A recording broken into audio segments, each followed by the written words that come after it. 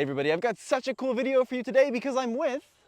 Hey Tommy, thanks for letting me crash your video, I guess. Absolutely, Sofyan Bey from Redline Reviews, and we're gonna buddy review the all-new Hyundai Palisade. Which you said you've never driven before. No, I've never driven a Palisade, and for 2023, it's been refreshed. It's got a whole bunch of really cool features. We're gonna show those to you inside now, talk about the engines, talk about the good, the bad, and everything in between. So I'm gonna give the camera to Sofyan here. Oh gosh, okay. And we're gonna do a quick exterior tour of this new model. So of course, the Palisade is the sister car to the Telluride, and this is one of the most competitive classes in the industry. You've got the Highlander, you've got the Subaru Ascent, you've got the Honda Pilot, you've got Sofyan. The Ford Explorer. Ford Explorer, darn straight. Chevrolet Traverse.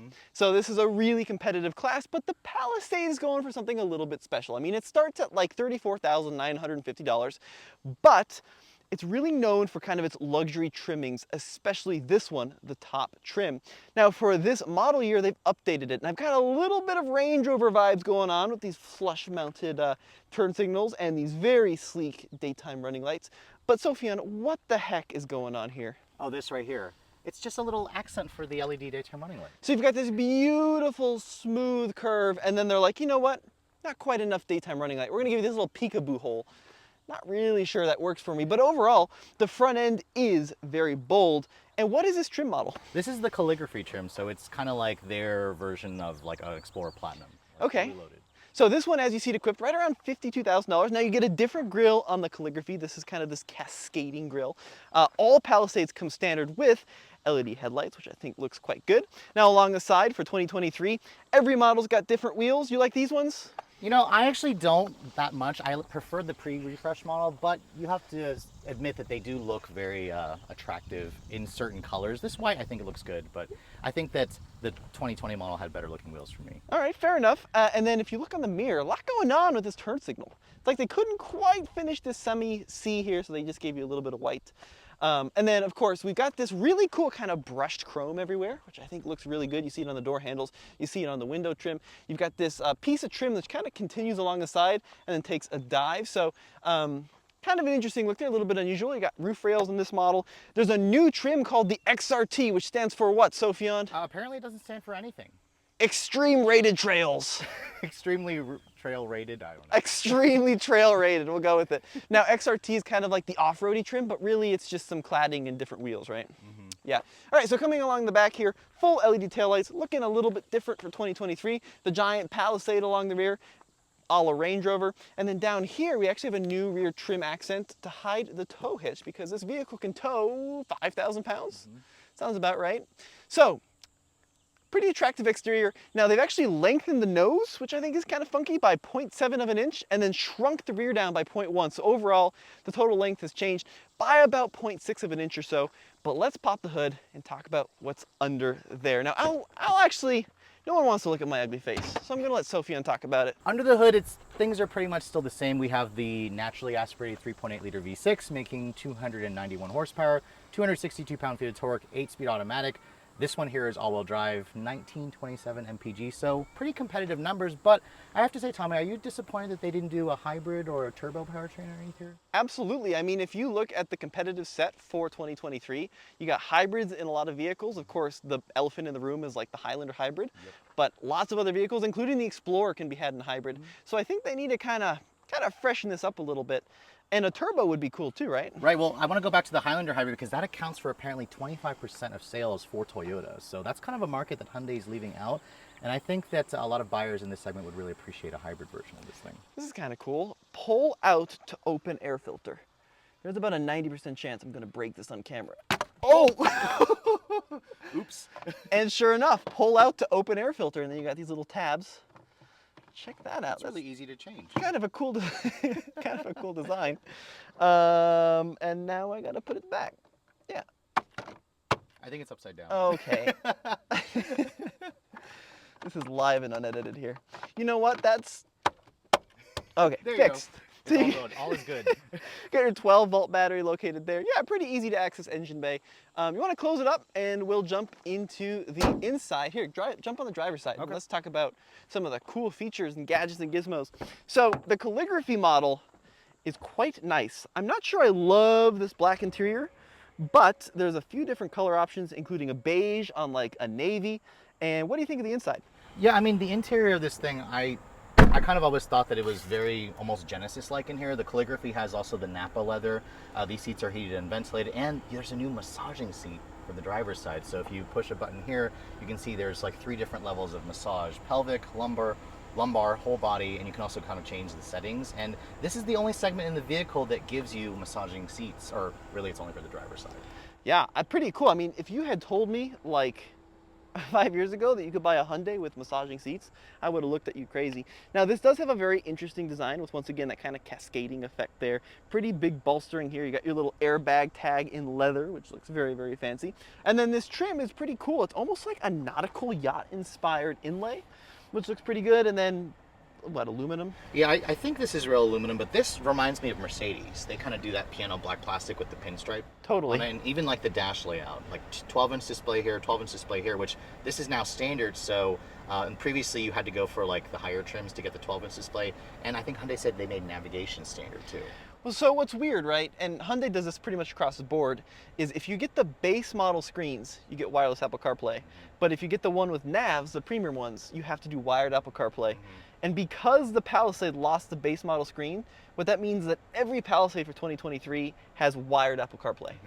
Which at least it still has CarPlay, but I think for something that has this much tech, it should have wireless CarPlay as standard. So one thing I'm not super hot on, not sure I'm digging the TIE Fighter steering wheel.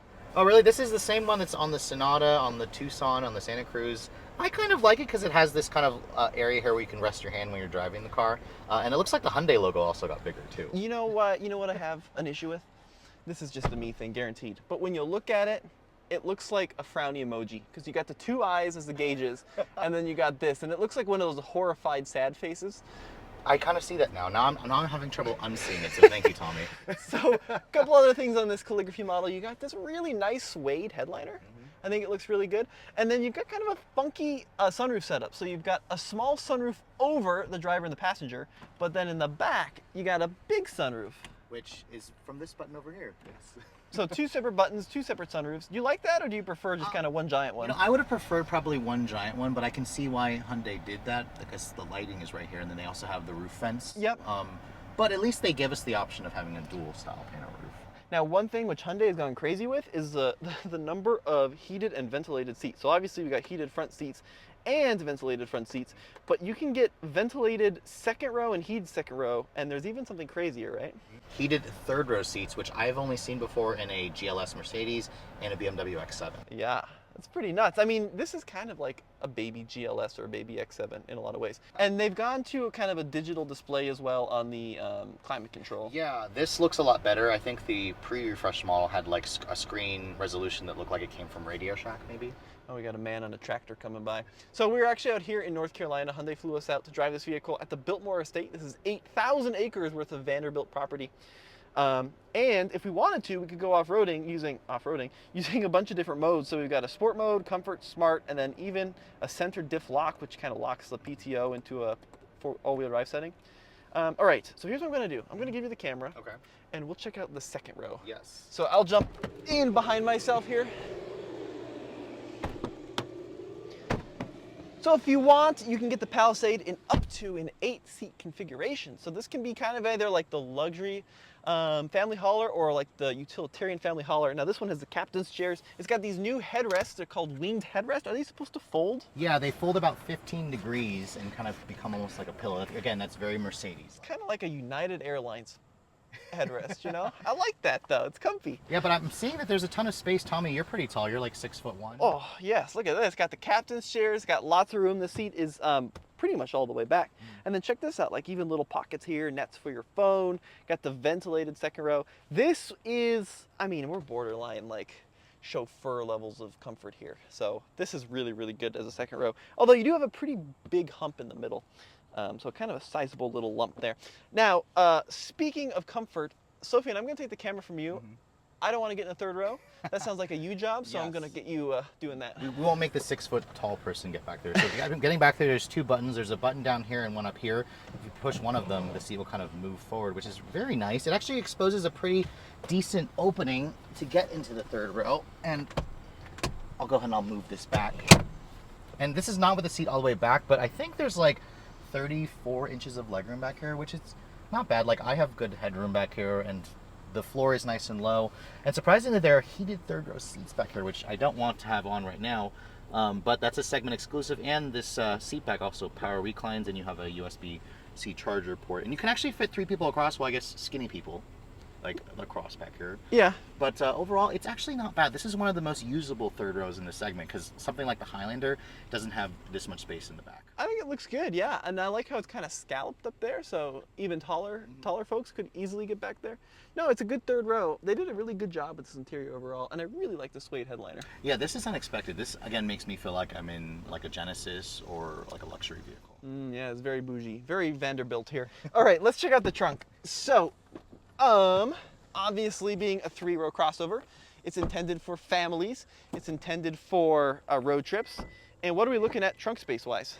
So with the third row seat up, you get around 18 cubic feet of space, which is actually on the higher end of the segment. If you want to fold down these seats, you can see power folding, which the Palisade is one of the few that offers the third row that reclines, which I don't think it is right now because I messed it up. But hey, at least we saw that it actually knows that and it actually reverses itself. But when this is folded, you get around 46 cubic feet of space, and then up to 86 if you fold down everything. And then we can put it back up too, right? Yeah, oh yeah, look at that. Now, it's worth noting that if you are a family of like 6 and you're looking to take a road trip, there's not a huge amount of space back here. It's not a Tahoe. Yeah, you're gonna be having to pack light if you're trying to fit like 6 people and all their stuff in here. But for around town, and if you only got 4 people in the thing, it would be amazing for a road trip. All right, fantastic. Well, here, I'll let you take the camera, and we're gonna close this puppy up. So, things I like. I think it looks pretty good. The interior is beautiful. The tech is very, very decent. I think it's got pretty good room. Things I'm not a big fan of, I kind of, as Sofyan pointed out, wish that they would switch up the engine array a little bit, right? Naturally aspirated V6, good engine. It's going to be probably pretty long lasting, but it's nothing to get too excited about. And I hate this little dude. Get rid of this little dude. You don't need it. It would be so much cleaner. There's a little bit of Mitsubishi Outlander in the front of this vehicle as well. Hang on, I need to show this. We chose the only place in the Biltmore property where it's like a parade of trucks. What are you going to do? Yeah. Howdy. What are your takeaways? What do you like and dislike? I mean, I love the interior of this car. Like, it gives you basically so much luxury, and you don't have to pay a luxury car price tag. And I think it has a ton of room inside as well. Really, it's hard to find fault with this unless you're looking for a hybrid option. That's really the only fault that I see, because there is no electrified option. Still, it's the Explorer and the Highlander. And it has gotten a little bit more expensive for this new model year. Yeah, so it's about $1,300 more expensive on the base end, although some trims are almost $2,000 more expensive. So I think this one with all-wheel drive and destination 52, which is getting up there in terms of price, but I believe an Explorer can get more expensive, and then a Highlander hybrid, like fully loaded, can also get a little bit more expensive. That's interesting. Yeah. Now, would you get this over the Telluride? I haven't driven the 2023 Telluride yet. I still prefer the styling of the Kia more. It's a little more like truckish to me. But I've always liked the interior of this more. I like the updates. I don't know. It'd be tough. It would be tough for sure. I'd have to drive the 2 back to back. Well, let us know what you guys think. A huge thank you to Sofyan. Well, thanks for letting me join your video, Tommy. For making this happen. Yeah, this was a ton of fun. It is 1,000 degrees out here, so we're gonna go get some sweet tea, and we'll see you on the next video.